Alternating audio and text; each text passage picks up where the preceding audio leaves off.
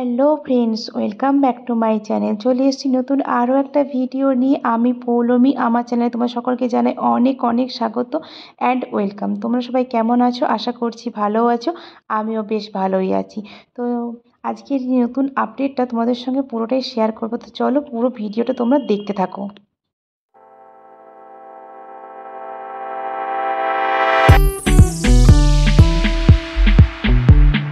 তো তোমরা টাইটেল আর থাম্বনেল দেখেই বুঝতে পেরেছো আমি কি বিষয় নিয়ে আজকে কথা বলতে এসেছি। হ্যাঁ, পলাশ আর সুস্মিতার বিষয় নিয়ে কথা বলতে এসেছি।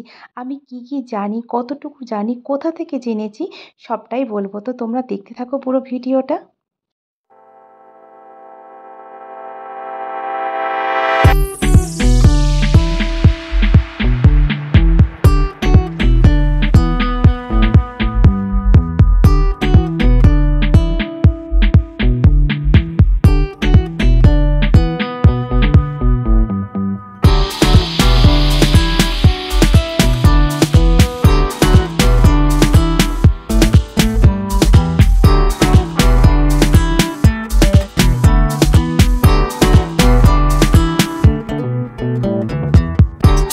আচ্ছা, আমার মতো কি তোমাদেরও জানতে ইচ্ছে করে যে এমন সুন্দর দুটো মানুষের কোথায় প্রথম দেখা করেছিল তারা?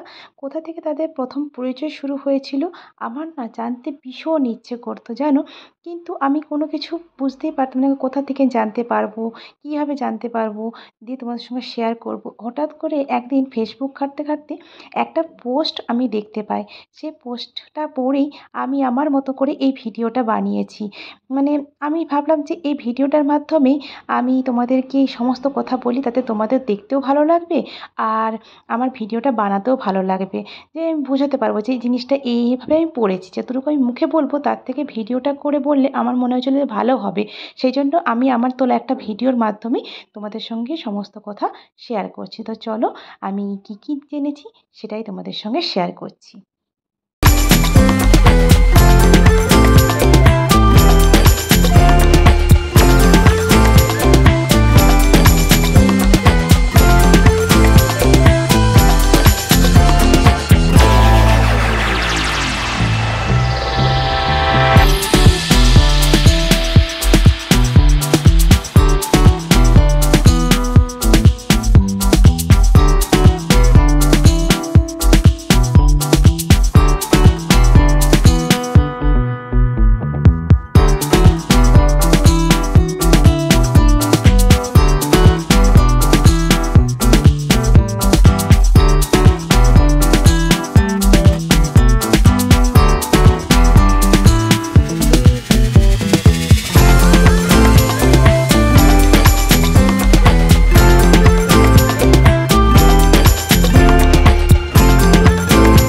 পলাশ আর সুস্মিতা দুজনে না মনের দিক থেকে ভীষণ ভালো মানুষ ছিল। আর দুজনেই না খুব সরল প্রকৃতির মানুষ ছিল। এতই মানে দুজনের মধ্যে মিল ছিল যে দুজনের পছন্দ অপছন্দ দুজনের একই ছিল সব কিছু। কিন্তু যেন এই দুটো মানুষ তারা প্রথম দেখা করে একটা মন্দিরে। মন্দিরে গিয়ে তারা প্রথম মানে দুজনের দেখা হয়, কথা হয়। প্রথম দেখা বলতে পারো মন্দিরেই হয়েছিল।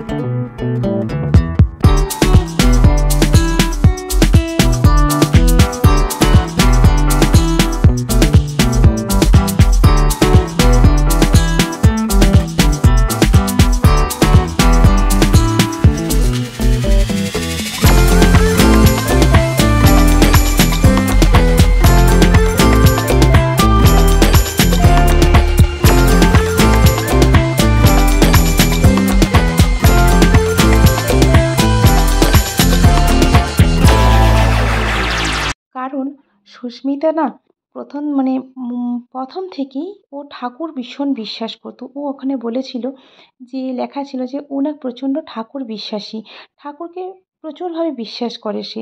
সে মানে যে ও ছাড়া সে কিছু মানে সে কিছুই মানে ভাবতো না। ও যেটা যেটা করবে সেটাই হচ্ছে ভগবান। মানে যেটা ভালো কিছু যদি হয় সেটা হচ্ছে ভগবান কৃপা করেছে সেই জন্য হয়েছে। এরম একটা চিন্তাভাবনা সুস্মিতার মনে সবসময় কাজ করে। তো সেজন্য সুস্মিতা ভেবেছিল তাদের সম্পর্কটা মানে তাদের যে প্রথম দেখা, প্রথম কথা বলা সেটা যেন শুভ জায়গা থেকে শুরু হয়। তার জন্যেই তারা মন্দিরটা বেছে নেয়। আর সুস্মিতা পলাশকেও বলে যে আমরা প্রথম কিন্তু দুজনে মন্দিরেই দেখা করবে গিয়ে। ওরা একটা কোনো একটা মন্দির ঠিক করে সেখানে গিয়ে প্রথম দেখা করেছিল।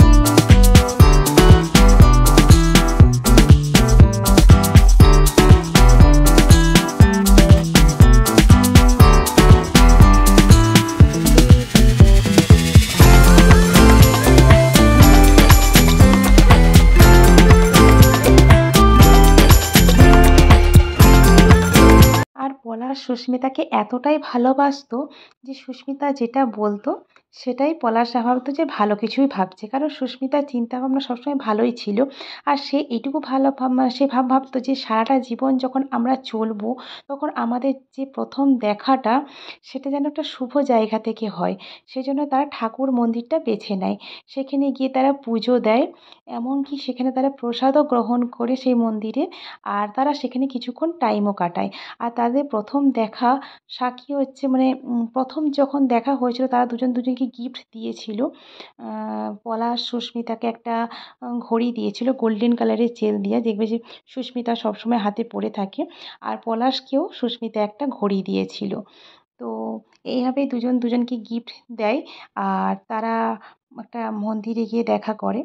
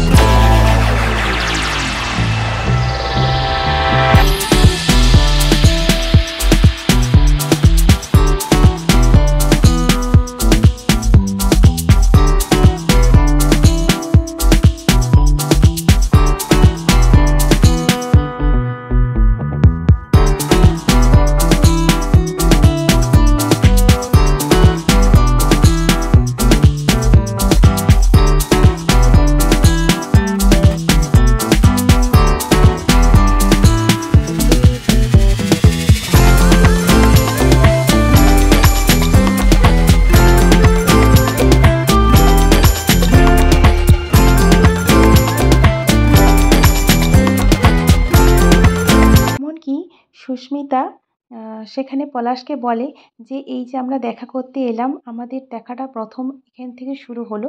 আমরা চাই বিয়ের পর আমরা এখানে এসে আবার মানে মানে পুজো টুজো দিয়ে যাই, কারণ আমাদের এখান থেকেই আমরা দুজন দুজনকে চিনেছি, এখান থেকেই আমরা দুজনে দুজনে মুখোমুখি হয়েছি, দুজন দুজনের সঙ্গে কথা বলেছি। তো ভগবানকে সাক্ষী রেখে আমরা চাই যে আমাদের সারা জীবনটা যেন খুব ভালো থাকুক। তো সেজন্যেই আমরা প্রথম দেখাটা মন্দিরেই করলাম, আমার এটা ইচ্ছে ছিল। তো পোস্টে তো এইগুলোই লেখা ছিল, তার সঙ্গে আরও কিছু জিনিস লেখা ছিল জানো।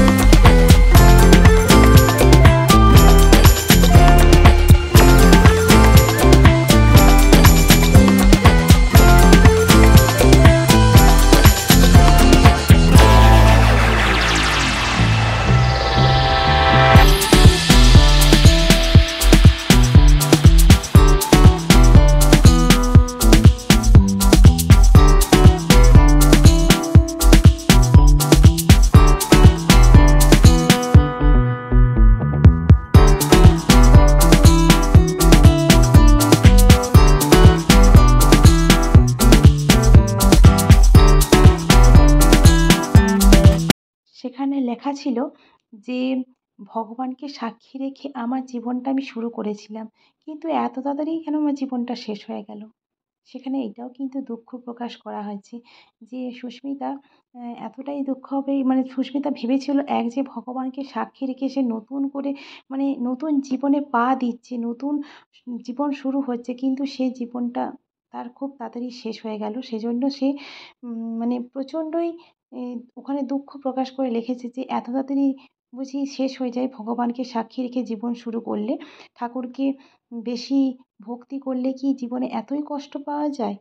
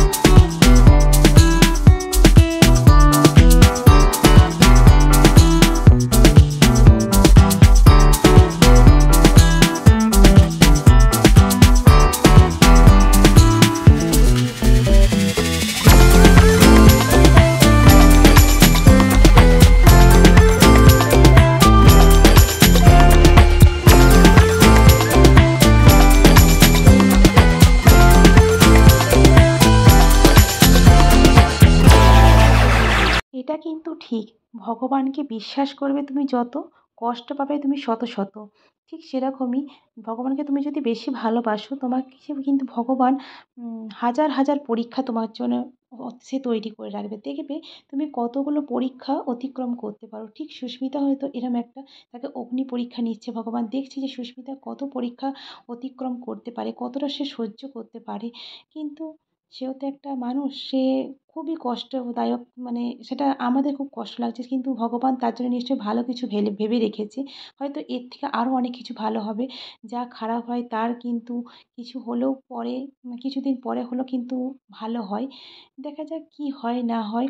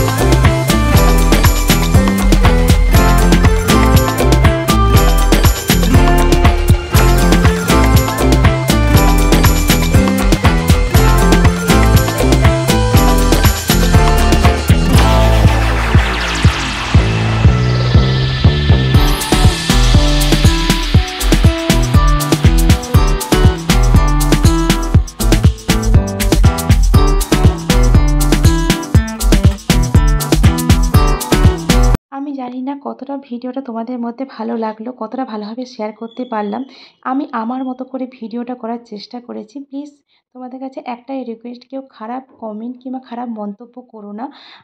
আমি যেটুকু পোস্টে পড়েছিলাম সেটুকু হয়তো ভালোভাবে বোঝাতে পারিনি, কিন্তু ভিডিওর মাধ্যমে সেটা তোমাদেরকে তুলে ধরার চেষ্টা করেছি। যদি তোমাদের আমার এই ভিডিওটা ভালো লাগে তাহলে please like, comment, share and subscribe করে আমার পাশে থেকো। আরও যখন আমি নতুন কোনো আপডেট কিংবা নতুন কোনো খবর পাবো অবশ্যই তোমাদের সঙ্গে শেয়ার করব। তো এখন এইটুকুই। বাই।